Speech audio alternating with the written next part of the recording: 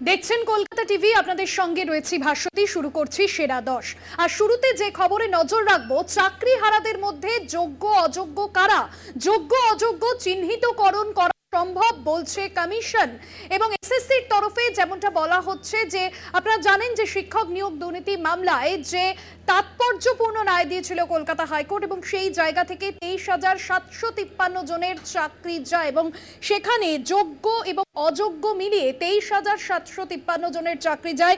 চাকরি হারাদের মধ্যে যোগ্য অযোগ্য কারা, যোগ্য অযোগ্য চিহ্নিতকরণ সম্ভব বলছে কমিশন। যোগ্যদের তালিকা জমা দেব সুপ্রিম কোর্টে, শীর্ষ আদালতকে আশ্বস্ত করার চেষ্টা করব, এমনটাই মত এসএসসির। চাকরি হারাদের মধ্যে যোগ্য অযোগ্য কারা, যোগ্য অযোগ্য চিহ্নিত করা সম্ভব বলছে কমিশন। শুভঙ্কর মন্ডল আমাদের প্রতিনিধি রয়েছেন ফোন লাইনে। শুভঙ্কর, কি জানা যাচ্ছে এসএসসি সূত্রে? দেখো, তোমায় জানিয়ে রাখি, ইতিমধ্যে সুপ্রিম কোর্টে এসএসসি সংক্রান্ত মামলা যেটি দাখিল হয়েছে, 2016 সালের যে চাকরি সম্পূর্ণ প্যানেল বাতিল হয়েছে সেটি নিয়ে, সেটাকে চ্যালেঞ্জ করে, ডিভিশন বেঞ্চের রায়কে চ্যালেঞ্জ করে, এবং তোমায় জানিয়ে রাখি যে এসএসসি বারবার বলে এসছে, এবং তারা কিন্তু জোর দিয়েছে তাদের বক্তব্যে। কয়েকদিন আগে এসএসসি চেয়ারম্যান সিদ্ধার্থ মজুমদার সাংবাদিক বৈঠক করেছেন, এমনকি কলকাতার সঙ্গে তিনি একান্ত সাক্ষাৎকারে এটিও জানিয়েছিলেন যে কলকাতা হাইকোর্টকে কিন্তু তারা সময় মতো বিভিন্ন সময় 3টি হলফনামায় অযোগ্যদের, অর্থাৎ যাদের চাকরি বাতিল হয়েছে এখনো পর্যন্ত, বা সিবিআই যাদেরকে চিহ্নিত করে দিয়েছিল তাদের তালিকা হাইকোর্টে দেওয়া হয়েছিল। তারপরেও এই কনফিউশন কেন তৈরি হচ্ছে যে যোগ্য অযোগ্যদের চিহ্নিতকরণ করা যাচ্ছে না, এই বিষয়টি নিয়ে কিন্তু আজ এসএসসি চেয়ারম্যান তিনি সাংবাদিক বৈঠক করেছেন এবং জানিয়েছেন যে সুপ্রিম কোর্টে যেহেতু তারা সেখানে স্পেশাল লিভ পিটিশন দাখিল করেছে এবং আগামী সোমবার তাদের শুনানি রয়েছে, হয়তো তার আগেই বা আগামী সোমবার দিন হয়তো দেখা যেতে পারে যে তারা জানিয়ে দেবেন যে হ্যাঁ, যোগ্য অযোগ্যদের তালিকা আলাদা করা সম্ভব। শুধু তাই নয়, ডিভিশন বেঞ্চও তারা সেই তালিকা দাখিল করেছিল এবং সেই তালিকা তারা সুপ্রিম কোর্টেও দেবে, এবং সুপ্রিম কোর্টকে তারা আশ্বস্ত করার চেষ্টা করবে হ্যাঁ এটা সম্ভব, আমরা হাইকোর্টেও করেছিলাম।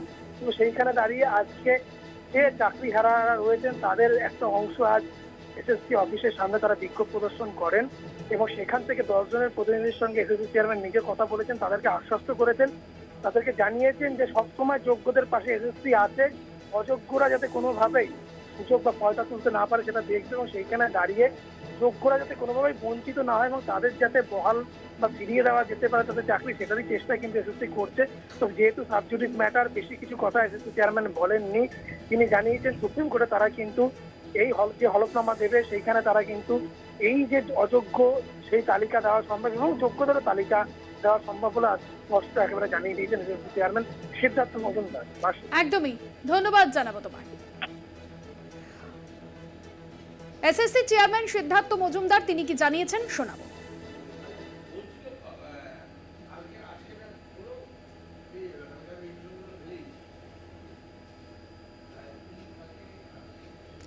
আপনাদের জানিয়ে রাখবো আরো একবার, এসএসসি চেয়ারম্যান সাংবাদিক বৈঠক করে যে বিষয়গুলো তিনি তুলে ধরেছেন, সুপ্রিম কোর্টে এফিডেভিট জমা দিয়েছি, দীর্ঘ সময় আলোচনা হয়েছে জমায়েতকারীদের সঙ্গে। আজ 2016 চাকরি হারাদের একাংশের বিশাল জমায়েত হয়েছিল এসএসসি ভবনের বাইরে। কি বলেছেন সাংবাদিক বৈঠক থেকে এসএসসি চেয়ারম্যান শোনাবো। যাদের সম্পর্কে কোনো অভিযোগ নেই এই যে অংশটা, তারা আজকে জমায়েত হয়েছেন এবং আমার সঙ্গে দীর্ঘ সময় আলোচনাও হয়েছে। তারা এসেছিলেন আমার কাছে, অনেকে এসেছিলেন, 10 জন অন্তত, যে আমি তাদের আশ্বস্ত করবার চেষ্টা করেছি যে যোগ্য যারা প্রার্থী তাদের পাশে অবশ্যই কমিশন থাকবে। আমরা চেষ্টা করব যে মহামান্য সুপ্রিম কোর্টে এখন বিষয়টি আছে বিচারাধীন, যে মহামান্য সুপ্রিম কোর্টকে এটা আশ্বস্ত করতে যে এই তালিকা থেকে যোগ্য অযোগ্য বিভাজন করা সম্ভব। আমরা যেমন অযোগ্যদের একটা তালিকা দিয়েছিলাম অনারেবল স্পেশাল বেঞ্চের কাছে, তেমনি এই বিতর্কিতদের তালিকা আমরা অনারেবল সুপ্রিম কোর্টের কাছেও তুলে ধরব, এবং তার সঙ্গে সঙ্গে তাহলে বাকি যারা রয়ে গেলেন তাদের ব্যাপারে এখনো পর্যন্ত কোনো অভিযোগ নেই সে ব্যাপারেও আমরা একটা পরিসংখ্যান অবশ্যই দেব। তা এবং আমাদের বার্তা সবসময় থাকবে অনারেবল সুপ্রিম কোর্টের কাছে, এবং সেটা আমি যারা প্রার্থী যারা এসেছেন তাদের কাছেও জানাতে চাই যে আমরা কিন্তু যারা কোনো দোষী নন বা যাদের টেন্টেড হিসাবে চিহ্নিত করা যাচ্ছে না, আমরা অবশ্যই তাদের পাশে থাকছি। ভোটের আবহে সরগরম রাজ্য রাজনীতি, জোর চর্চায় রাজভবন। রাজ্যপালের বিরুদ্ধে শ্লীলতাহানির অভিযোগ, যদিও অভিযোগ অস্বীকার করে দুর্নীতি সন্ত্রাসের বিরুদ্ধে লড়াইয়ের বার্তা দিয়েছেন সিভি আনন্দ বোস। খারাপ উদ্দেশ্য আরও একজনকে রাজভবনে ঢোকানো হচ্ছে বলে অভিযোগ করেছেন রাজ্যপাল। লোকসভার উত্তাপের মধ্যেই তোলপাড় বঙ্গ রাজনীতি, শিরোনামে রাজভবন। রাজ্যপালের বিরুদ্ধে শ্লীলতাহানির মতো গুরুতর অভিযোগ। সিভি আনন্দ বোস যদিও এই সমস্ত ঘটনার পিছনে রাজনৈতিক চক্রান্ত ষড়যন্ত্রেরই কথা বলছেন। রাজভবনের কর্মীদের উদ্দেশ্যে একটি অডিও বার্তা দিয়েছেন তিনি। কি বলছেন রাজ্যপাল?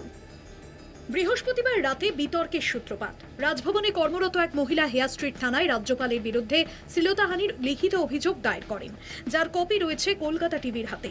কি লেখেন ওই মহিলা? মহিলার অভিযোগ, 24 এপ্রিল দুপুর 12:45 রাজ্যপালের সঙ্গে দেখা করেন। রাজ্যপাল তাকে আলোচনার সময় কুপ্রস্তাব দেন। 2রা মে আবার তাকে ডাকেন রাজ্যপাল। মহিলা সুপারভাইজারকে সঙ্গে নিয়ে রাজ্যপালের কাছে যান। চাকরিতে পদোন্নতির প্রলোভন দেখান রাজ্যপাল। মহিলা যাবতীয় প্রস্তাব প্রত্যাখ্যান করেন। এরপরই রাজ্যপাল তার সঙ্গে অভব্য আচরণ করেন। অভিযোগের পরপরই রাজ্যপাল বিবৃতি দেন, এক্স হ্যান্ডেলে পোস্ট করেন, লেখেন, সত্যের জয় হবেই। সাজানো অভিযোগে আমি ভয় পাই না।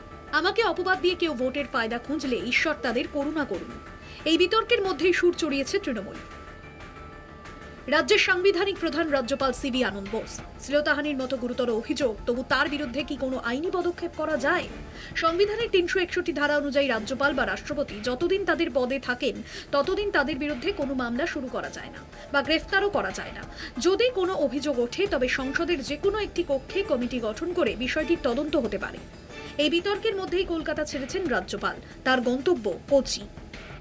এই লড়াই আমি লড়বো, এই লড়াই আমি লড়বো। I shall continue my fight for the dignity and respect of my brothers and sisters of Bengal. Kolkata TV.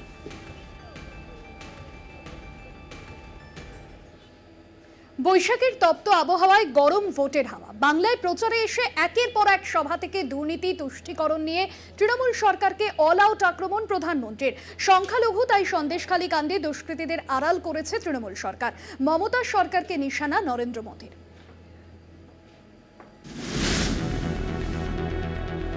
Vote চাইতে বাংলাতেও বিজেপির হাতিয়ার মেরুকরণের তাস। তৃতীয় দফা ভোটের আগে প্রধানমন্ত্রী প্রচারে ভাষণে অন্তত সেদিকেই ইঙ্গিত। বর্ধমান থেকে কৃষ্ণনগর, সেখান থেকে বোলপুর, মোদির হাতিয়ার দুর্নীতি, তৃণমূল সরকারের তুষ্টিকরণের রাজনীতি। নরেন্দ্র মোদীর মুখে দুর্নীতির সঙ্গে জড়িতদের কড়া শাস্তির হুঁশিয়ারি। टीएमसी ने लूटा है, उनका हिसाब किया जाएगा। इतना ही नहीं, जहां कानून के हिसाब से संभव हुआ वहां पीड़ितों को उनका पैसा लौटाया जाएगा। ये मोदी की गारंटी है। ভোট প্রচারের একেবারে শুরু থেকেই মোদির মুখে বারবারই সন্দেশখালীর ঘটনা। সন্দেশখালীর ঘটনা টেনে বাংলার মাটিতে দাঁড়িয়ে তৃণমূলের বিরুদ্ধে ফের তুষ্টিকরণের রাজনীতির অভিযোগ তুললেন প্রধানমন্ত্রী।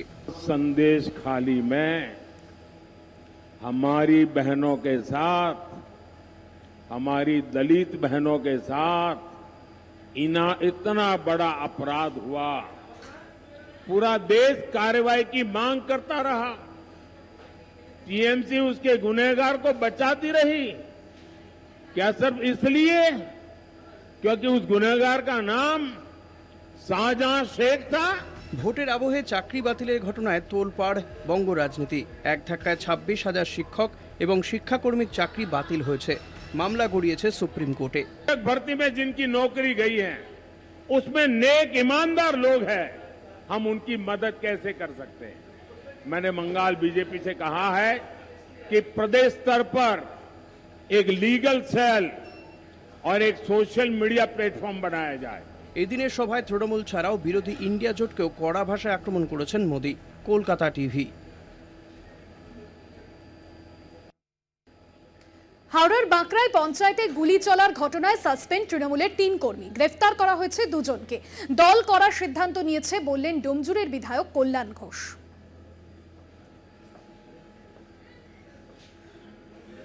বাঁকড়ার পঞ্চায়েত দপ্তরে ঢুকে প্রধানকে লক্ষ্য করে গুলি চালানোর ঘটনায় গ্রেপ্তার 2। ভোলা চক্রবর্তী ও শেখ নবাবকে গ্রেপ্তার করে বাঁকড়া ফাঁড়ির পুলিশ। ভোলা চক্রবর্তী বাঁকড়া 3 নম্বর অঞ্চলের তৃণমূল সভাপতি ও শেখ নবাব 1 নম্বর পঞ্চায়েত সদস্যের স্বামী। পাশাপাশি গুলি চলার ঘটনায় 3 তৃণমূল কর্মীকে সাসপেন্ড করল দল। তাঁরা হলেন শেখ সাজিদ, ভোলা চক্রবর্তী এবং আজহার লস্কর। জানান হাওড়া সদরের তৃণমূল সভাপতি তথা ডোমজুরের বিধায়ক কল্যাণ ঘোষ। তিনি বলেন, ইতিমধ্যে দল করার সিদ্ধান্ত নিয়েছে। প্রসঙ্গত, বাঁকড়ায় 3 নম্বর পঞ্চায়েত অফিসে দুষ্কৃতীদের তাণ্ডব। মুখ ঢেকে পঞ্চায়েত অফিসে ঢুকে পড়ে 3 জন দুষ্কৃতী। এরপরই এলোপাথারি গুলি চালায় তারা। দুষ্কৃতীদের আক্রমণে লক্ষ্য খোদ পঞ্চায়েত প্রধান। টেবিলের পিছনে লুকিয়ে কোনো রকমে প্রাণ বাঁচান তিনি। ঘটনায় আহত পঞ্চায়েত প্রধান টুকটুকি শেখের বাবা সহ 2। বাঁকড়ায় বন্ধ পঞ্চায়েত অফিস, এলাকায় পুলিশ পিকেট। সূত্রের খবর, বেঙ্গালুরুর হাসপাতালে রয়েছে ঘটনার মূল মাস্টারমাইন্ড শেখ সাজিদ। তার দাবি, সে এই ঘটনার বিষয়ে কিছু জানেন না। তবে বন্ধ পঞ্চায়েত অফিস, এলাকায় পুলিশ পিকেট। বাঁকড়া থেকে জগন্নাথ সামন্তের রিপোর্ট, কলকাতা টিভি।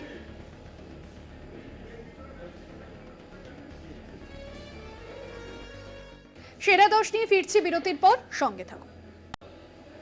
দামোদরের বালি উত্তোলন বন্ধে জনস্বার্থ মামলার পরিপ্রেক্ষিতে কড়া আদালত। অবৈধ বালি খাদান বন্ধে রাজ্যকে পরামর্শ প্রধান বিচারপতির। 3 মাসের মধ্যে উপযুক্ত পদক্ষেপের নির্দেশ পুলিশ প্রশাসনকে। তারপরেও আদালতের নির্দেশ অমান্য করে অব্যাহত বালি উত্তোলন। অবৈধ বালি উত্তোলন নিয়ে শুরু রাজনৈতিক চর্চা।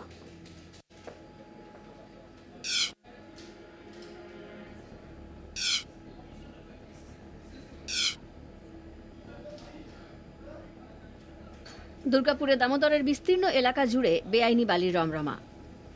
অবৈধ বালি খাদান বন্ধের নির্দেশ রাজ্যকে হাইকোর্টের প্রধান বিচারপতির। তবুও বুড়ো আঙুল দেখিয়ে দামোদরের বুক থেকে বেআইনিভাবে তোলা হচ্ছে বালি।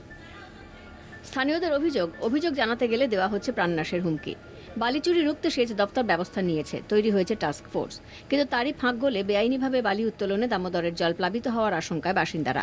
বালি মাফিয়া গৌতম দেবনাথ এবং উত্তম কেসের নামে মামলা করেন মানাচর এলাকার শ্যামল মণ্ডল এবং হরলাল সূত্রধর। বারবার হুমকি পাওয়া সত্ত্বেও তাঁরা অবশেষে হাইকোর্টের দ্বারস্থ হন। প্রশাসনের মদতেই চলছে এই অবৈধ বালি উত্তোলন, দাবি মামলাকারীর। অবৈধ বালি উত্তোলন নিয়ে শুরু রাজনৈতিক চর্চা। মুখ্যমন্ত্রী মমতা বন্দ্যোপাধ্যায় একাধিকবার বালি উত্তোলন বন্ধে কড়া নির্দেশ দিয়েছেন। তবুও বালি উত্তোলন ও পাচার যে বন্ধ হয়নি তা গোটা রাজ্যের বালি পাচারের সামগ্রিক ছবিতেই স্পষ্ট। এবার হাইকোর্টের নির্দেশের পর রাজ্যের বালি পাচারের ছবি আদৌ বদলায় কিনা তা বলবে সময়। বৈধভাবে বালি তোলার ক্ষেত্রে মানুষ পড়বেন সমস্যায়, কিন্তু সেদিকে হুঁশ নেই কারো। হাইকোর্টের নির্দেশকে তোয়াক্কা না করে এখনও পর্যন্ত চলছে অবৈধ বালি কারবার দুর্গাপুরের দামোদরে। দুর্গাপুর থেকে সঞ্জীব সুই, কলকাতা টিভি। তৃণমূল কংগ্রেসের সদস্যার স্বামীকে খুনের ঘটনায় 5 অভিযুক্তকে যাবজ্জীবন কারাদণ্ডের নির্দেশ মুর্শিদাবাদের কান্দি আদালতের। শাস্তির ঘোষণায় খুশি মৃতের পরিবার।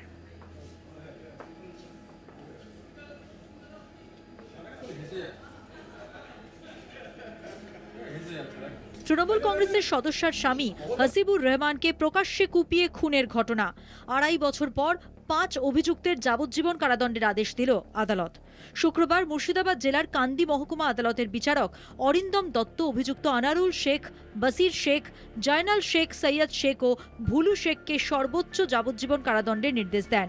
প্রসঙ্গত 2021-এর 30শে অক্টোবর সালার থানার বাবলা গ্রাম থেকে ব্যবসার কাজ সেরে কাগ্রামের বাড়ি ফিরছিলেন হাসিবুর রহমান। অভিযোগ, সেই সময় বহরা গ্রামে দুষ্কৃতীরা তার পথ আটকে ধারালো অস্ত্রের কোপ মারলে ঘটনাস্থলেই মৃত্যু হয় হাসিবুর রহমানের। কাগ্রাম পঞ্চায়েতের সদস্য রূপালী শেখের স্বামীকে খুনের ঘটনায় ব্যাপক চাঞ্চল্য ছড়ায় এলাকায়।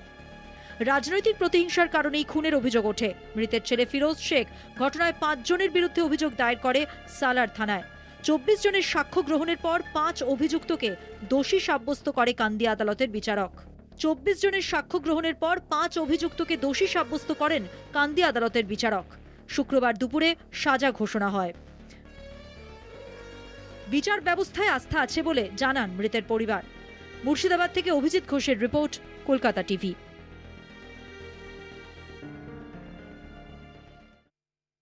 গরমে স্বস্তিতে নেই সাধারণ মানুষজন। সপ্তাহ শেষে বৃষ্টির আশার বাণী শুনিয়েছে আবহাওয়া অফিস। বৃষ্টি যতক্ষণ না নামছে ততক্ষণ শান্তি নেই জনজীবনের। নিত্যদিন বাড়তি পারদের সঙ্গে যুঝতে শিলিগুড়ির বেঙ্গল সাফারি পার্ক কর্তৃপক্ষ পশুদের যত্নের বিশেষভাবে ব্যবস্থা নিয়েছে। গরমে পুড়ছে বাংলা। এক ফোঁটা বৃষ্টির চাতক অপেক্ষার অবসান চাইছে সকলেই। শনিবার থেকে উত্তরবঙ্গে ভারী বৃষ্টির সতর্কতা জারি করেছে হাওয়া অফিস। রবিবার থেকে মঙ্গলবার পর্যন্ত উত্তরে বৃষ্টির জেরে হলুদ সতর্কতা জারি রয়েছে। বৃষ্টি আসার আগে প্রখর গরমে মানুষ তো বটেই, প্রাণ ওষ্ঠাগত পশুদেরও। প্রাণীদের বাঁচাতে নানা পদক্ষেপ করছে শিলিগুড়ির বেঙ্গল সাফারি কর্তৃপক্ষ। পাহাড় জঙ্গলে ঘেরা শিলিগুড়ির বেঙ্গল সাফারি পার্কে পশুদের নাইট শেল্টারের সামনে বসানো হয়েছে এয়ার কুলার। এনক্লোজারে রাখা হয়েছে প্রাণীদের স্নানের পর্যাপ্ত জল। ইচ্ছে করলে সেই জলেই ডুবে বসে থাকছে সাফারির বাসিন্দারা। গরমে বদলে গেছে প্রাণীদের খাদ্যাভ্যাসও। শরীরে জলের পরিমাণ ঠিক রাখতে খাওয়ানো হচ্ছে ওআরএস। জলযুক্ত ফল খাওয়ানো হচ্ছে বেশি করে, দেওয়া হচ্ছে ভিটামিন সি সমৃদ্ধ খাবার। গরমের শেষ কবে দিন গুনছেন সকলেই। অবশ্য শুধু উত্তরবঙ্গে নয়, বৃষ্টির পূর্বাভাস রয়েছে দক্ষিণবঙ্গেও। রবিবার থেকে বৃষ্টি হতে পারে সমতলে, সঙ্গে 60 কিলোমিটার বেগে ঝোড়ো হাওয়ার সতর্কতা শুনিয়েছে আবহাওয়া দফতর। আপাতত হাওয়া অফিসের ভবিষ্যৎবাণীতেই ভরসা রেখেছে উত্তর থেকে দক্ষিণ। কলকাতা টিভি। প্রথমবারের জন্য পাহাড়ে চড়ছেন তারা, তবে ভয় ডর একটুকুও নেই। মানিভঞ্জন থেকে হেঁটে সান্দাকফু পৌঁছেছেন 7 মহিলা পর্বতারোহী। 50 কিলোমিটার রাস্তা সফলভাবে অবতরণ করেছেন তারা এবং জলপাইগুড়িতে নেমেও এসেছেন মহিলা পর্বতযাত্রীরা।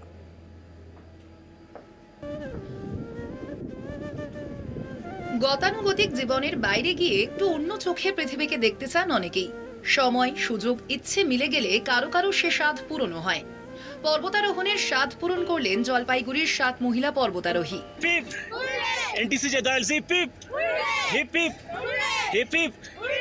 প্রাপ্তি রায়, দেবর্ষিকা লালা, সংযুক্তা বণিক, রাগেশ্রী বৈশ্য সহ 7 জন nature and trekkers club of জলপাইগুড়ির উদ্যোগে পৌঁছেছিলেন পশ্চিমবঙ্গের সর্বোচ্চ শৃঙ্গ সান্দাকফুতে। দলটির প্রত্যেকের সঙ্গে ছিল 12 থেকে 15 কেজির রুকস্যাক। পিঠে সেই বোঝা চাপিয়েই 20 এপ্রিল মানেভঞ্জন থেকে হাঁটা শুরু করেছিলেন তারা। 23 এপ্রিল সান্দাকফুর মাটি ছোঁন তারা। শ্রীখোলায় নেমে আসেন 24 এপ্রিল। পর্বতারোহী 9 জনের এই দলের 7 জনই ছিলেন মহিলা। দলের নেতৃত্বে ছিলেন পর্বতারোহী ভাস্কর দাস। জলপাইগুড়ি থেকে সুজিত দের রিপোর্ট, কলকাতা টিভি। সেরা 10 এখন এই পর্যন্তই। দেখতে থাকুন কলকাতা টিভি, রাত দিন 7 দিন।